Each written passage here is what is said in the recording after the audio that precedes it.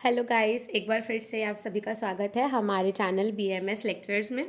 तो जैसा कि लास्ट वीडियो में हम प्रमेय निदान पढ़ रहे थे और उसके पार्ट 1 में हमने देखा कि 20 प्रकार का प्रमेय होता है, जिसमें से 10 प्रकार के कफज प्रमेय, 6 प्रकार के पित्तज प्रमेय और आज हम वातज प्रमेय के बारे में पढ़ेंगे। और इसके साथ साथ मधुमेह निदान के बारे में भी जो आचार्य चरक ने बताया है उसके बारे में भी हम जानेंगे और पीड़िका का वर्णन भी आचार्य चरक ने किया है, तो उसके बारे में भी हम कुछ कुछ बातें देखेंगे। तो चलिए स्टार्ट करते हैं पार्ट 2 ऑफ प्रमेय निदान।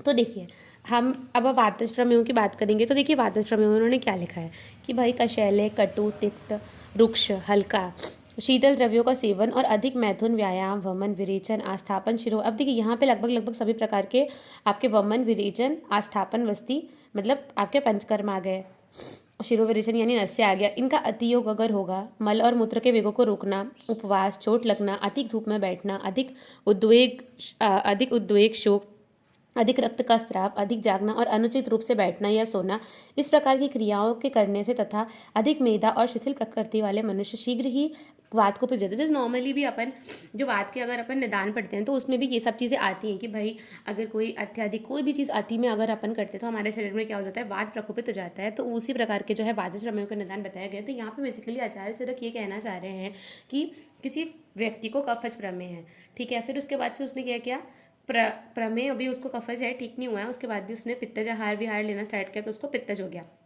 अब नाउ जो कंडीशन ये है कि कफ और पित्तज दोनों उसको प्रमेय हो चुका है and now he is moving forward to the वातज प्रमेय, ठीक है। तो यहाँ पर पहले से उसको 2 प्रकार का प्रमेय है, अब वो और ज़्यादा वात का सेवन कर रहा है, अत्यधिक चल रहा है, अत्यधिक रात्रि जागरण कर रहा है, अत्यधिक कटु कषाय रस का सेवन कर रहा है, तो उससे क्या होगा, उसका वात प्रकोपित हो जाएगा।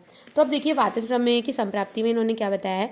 तो वातज प्रमेय की संप्राप्ति में वह कुपित होकर वायु शिथिल और अपने मेद वाले पुरुषों के शरीर में चारों तरफ भ्रमण करती है। तो ठीक है, तो क्या होता है, शिथिल और मेद वाले पुरुषों के शरीर में क्या करेगी, भ्रमण करेगी।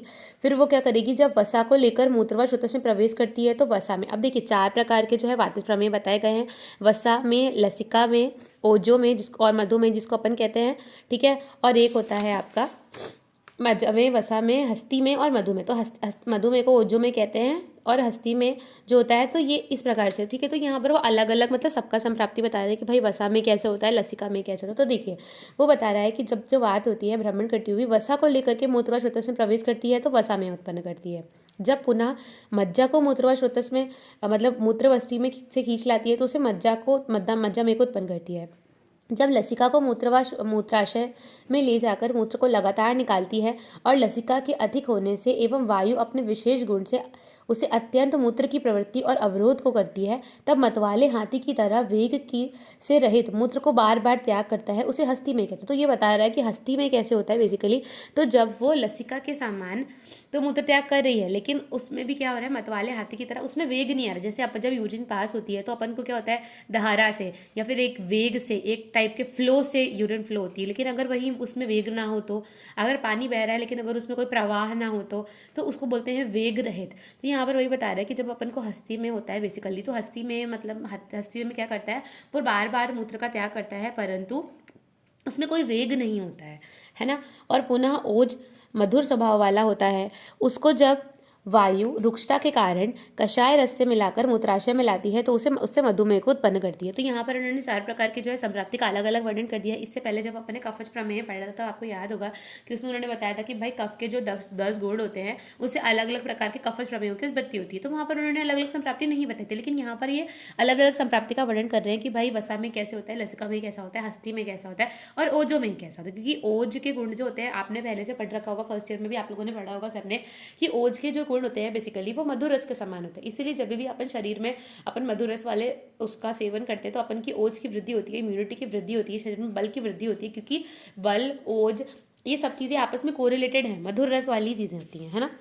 फिर उसके बाद से आप देखिए वातज 4 प्रमेयों की असाध्यता में हेतु, ठीक है। तो देखिए यहाँ लिखा है ना, महाविनाशकारी। तो मैंने आपको बताया था कि जो कफज प्रमेय होता है वो 7 मैंने आपको टर्मिनोलॉजी बताई थी कि विषम वो समक्रियत्वात होता है, पित्तज वाला जो होता है वो विषम क्रियत्वाद होता है और वातज प्रमेय जो होता है वो महात्य होता है। तो वो यही चीज़ यहाँ पर बता रहे हैं समक्रियत्व और जो वातज प्रमेय के बारे में कि वो विनाशकारी होता है। तो देखिए विनाशकारी होने से दोष एवं दोषी की परस्पर विरुद्ध चिकित्सा होने से इन 4 वातज प्रमेयों को वैद्य क्या बोलते हैं, असाध्य बोलते हैं, यानी इनकी चिकित्सा नहीं हो सकती है।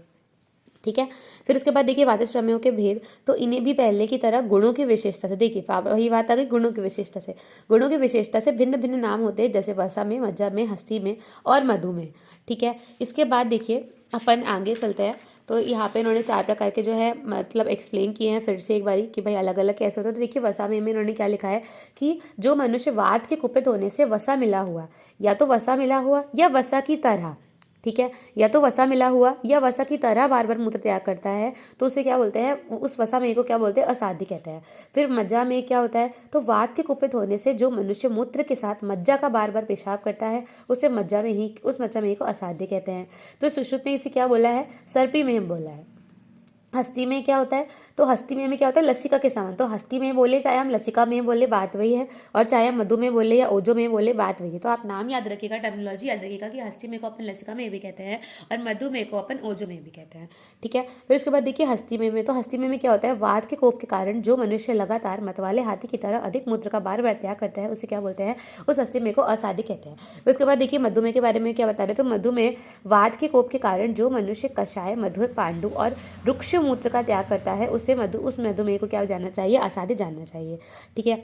इस प्रकार वायु के कोप के कारण होने वाले इन 4 प्रमेयों की व्यवस्था की गई है। ठीक है। तो यहाँ इसी प्रकार से उन्होंने देखिए 20 प्रमेय के बारे में बता दिया है।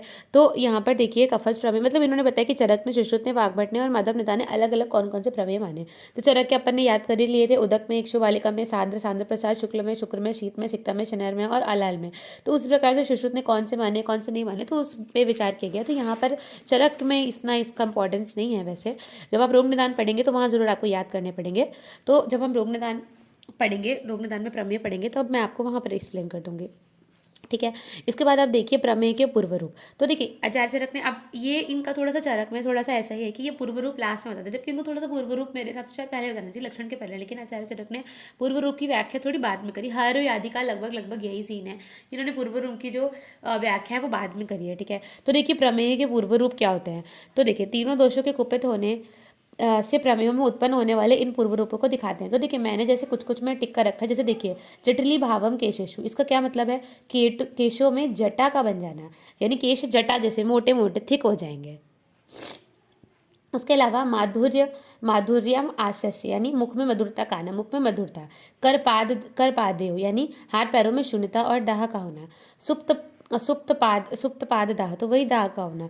फिर मुख तालु कंठ शोषम, यानी मुख तालु और कंठ का सूख जाना। पिपासाम, प्यास का लगना। आलस्यम, आलस्य का लगना। मलम काय, यानी शरीर में मलों की अधिकता। ठीक है। कायच छिद्रेशु दाहम, शरीर के छिद्रों में मलों का अधिक लिप्त हो जाना। फिर परिदाहम सुप्तताम च अंगेशु, यानी कि सारे अंगों में दाह और शून्यता होना। षडपद पिपलिका अभिष्ट, ये थोड़ा सा इंपॉर्टेंट सा लक्षण है। देखिए नॉर्मली जब अपन किसी भी, अगर आपके घर में कोई डायबिटिक पेशेंट होगा या फिर आपने किसी डायबिटिक पेशेंट से आप मिले होंगे तो आपको ये चीज़ पता होगी कि बेसिकली डायबिटिक पेशेंट जब भी आपके पास आएगा और उसको नहीं पता होगा उसको डायबिटीज, तो वो लक्षण कैसे बताता है, तो बताता है कि सर हमें हाथ पैरों में बहुत जलन होती है, पूरे शरीर में ऐसा लगता है चींटियाँ चल रही हूँ, बहुत अधिक बार बार हमें मूत्र का त्याग होता है, हमें पसीना बड़ी कठिनता से आता है। तो बेसिकली ये सब कुछ कॉमन पूर्व रूप हैं जो आपको मतलब लिखने ही लिखने हैं, क्योंकि प्रमेय एक ऐसा टॉपिक है जो लगभग बहुत ही ज़्यादा कॉमन है। इंडिया में diabetes is a very common disease, तो आपको इसके पूर्व रूप बहुत अच्छे से याद रखने होंगे, क्योंकि इसमें आप ना कुछ भी तुक्का नहीं मार के आ सकते एग्जाम में कि भाई हम कुछ भी लिखा है, ऐसा नहीं है। प्रमेय इज़ अ डिसीज़ जिसमें आप कुछ भी तुक्का नहीं मार सकते, ना ही इसके लक्षण में ना ही इसके पूर्व रूप में, क्योंकि एग्जामिनर बिना पढ़े भी सबको पता है व्हाट इज द मतलब पूर्व रूप ऑफ प्रमेय, मतलब एवरीवन नोज इट। तो आप बहुत अच्छे से इसे याद करिएगा। ठीक है। उसके बाद से देखिए उपद्रव।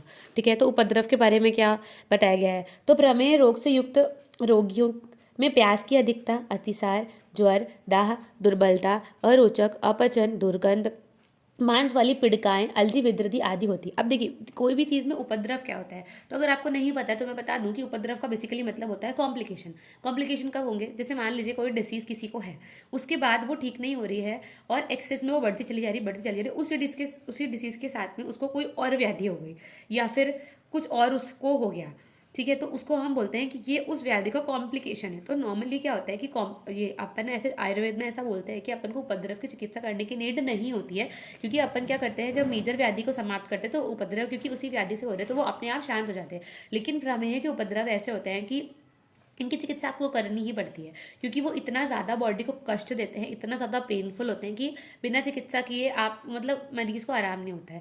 इसलिए कुछ जहाँ पर ऐसा बोला गया है, वैसे वैसे तो उपद्रव की चिकित्सा नहीं करते, लेकिन अगर उपद्रव अति में कष्टदायी हैं, अति में अगर आपको पीड़ा पहुँचाते हैं, अति में पीड़ाजनक है, तो बेसिकली अपन को उनकी चिकित्सा कर देनी चाहिए। तो वहीं पर यहाँ पर आचार्य चरक ने जो है प्रमेह की पीड़िकाओं का वर्णन किया है। प्रमेह की पीड़िकाएँ, पीड़िका बेसिकली कुछ नहीं है, पीड़िका इज अ कॉम्प्लिकेशन ऑफ प्रमेह, जो कि एक स्किन डिसऑर्डर के तरीके होता है। तो वहीं पे इसके कुछ नाम है, जैसे यहाँ पे बता रहे हैं कि अलजी विदरी, जो कि प्रमेह के उपद्रव के रूप में जो है उत्पन्न होता है। तो देखिए, प्रायः प्रमेह रोग जब बहुत दिनों तक रह जाता है तो ये उपद्रव दृष्टिगोचर हो जाता है। ठीक है, फिर उसके अलावा देखिए यहाँ पर एक ट्रिक लिखी है, दौर्बल्य, आजा, टीटी। तो दौर्बल्य से आप दुर्बलता याद रख सकते हैं, आजा से अपचन, अरोचक, और टीटी आप देख लीजिए, मतलब उस हिसाब से आप इसको डिकोड कर लीजिएगा। फिर उसके बाद देखिए संक्षेप में चिकित्सा सूत्र इसका बता रहे हैं। तो देखिए इनमें साध्य प्रमेयों की संशोधन और उपशमों के द्वारा यथा योग्य उपचार करके चिकित्सा करनी चाहिए। ठीक है, तो बता रहे हैं कि भाई प्रमेय की चिकित्सा कैसे करनी चाहिए, संशोधन और उपशमन के द्वारा जो है चिकित्सा करनी चाहिए। ठीक है, तो यहाँ पे बेसिकली देखिए दोनों लिखा है कि संशोधन के द्वारा भी और उपशमन के द्वारा भी, यानी शमन और शोधन दोनों प्रकार की चिकित्सा जो है अपन इसमें कर सकते हैं। ठीक है, उसके बाद आगे देखिए, तो प्रमेय रोग में उपमा क्या दी गई है। तो यहाँ पे देखिए इस विषय में श्लोक है, जिस प्रकार पक्षी अपने घोंसले वाले वृक्ष पर आता है, उसी प्रकार प्रमेय रोग भोजन में लोभ करने से, स्नान और भ्रमण नहीं करने से पुरुष की शीघ्र ही प्राप्त हो जाता है। तो देखिए जहाँ पे भी उपमा आती है वो आपको बहुत ध्यान से पढ़ना चाहिए, क्योंकि ये कहीं भी पूछ लेते हैं। ठीक है, तो ये आप श्लोक एक बार देख लीजिएगा। वैसे इंपॉर्टेंट नहीं है, बट मैं आपको बता रही हूँ कि आयुर्वेद में जहाँ भी उपमा आती है वो हर जगह इंपॉर्टेंट जाती है। तो वो यही बता रहा है कि भाई प्रमेय के रोगी क्या होते हैं, तो जिनको बेसिकली जो लोग भ्रमण नहीं करते हैं, जो लोग नहाते नहीं हैं, जो लोग जिनके बेसिकली ओबेस पेशेंट्स, आपने भी ये चीज़ सुनी होगी that obesity, the patients who are obese are very much prone to the disorder of diabetes. तो वही चीज़ यहाँ बोली गई है, देखिए कि जो लोग व्यक्ति भोजन बहुत ज़्यादा अधिक में भोजन की इच्छा रखते हैं, भ्रमण नहीं करते हैं, व्यायाम नहीं करते, उनको क्या होता है, जल्दी जल्दी प्रमेह रोग होता है। क्योंकि अपन ने इसकी संप्राप्ति में पहले से पढ़ लिया था कि समान गुणधर्म होने के कारण कफ मेद को जो होता है बढ़ाता है, और वो फिर उसका ट्रीटमेंट भी उसी प्रकार से होता है। ठीक है, इसके बाद देखिए मंद उत्साह वाले, अधिक मोटे, अधिक चिकने शरीर वाले और अधिक भोजन करने वाले को मृत्यु प्रमेय रूप में शीघ्र ही लेकर चली जाती है। ठीक है, फिर किन को प्रमेय नहीं होता है, तो जो मनुष्य शारीरिक धातुओं को साम्य करने वाले आहार और नाना प्रकार की अन्य चेष्टाओं का सेवन करते हैं वे आरोग्य को भोगता है। ठीक है, तो यहाँ पे इन्होंने अध्याय यहाँ पर अपना समाप्त होता है, अध्याय 4। तो मैंने आपको प्रमेय पूरी तरीके से एक्सप्लेन करने की कोशिश करी। अगर आपको कुछ भी समझ नहीं आया, किसी की भी संप्राप्ति समझ नहीं आई है, या फिर कुछ भी टॉपिक इसमें कुछ दिक्कत हो रही हो, तो आप प्लीज़ मुझे कमेंट्स करके बताएं। और अगर आपको ये वीडियो पसंद आ रहे हो मेरे, तो प्लीज़ कमेंट्स करें, और अगर कोई डाउट हो तो प्लीज़ मुझे बताएं। Thank you. अब हम मिलते हैं नेक्स्ट वीडियो में।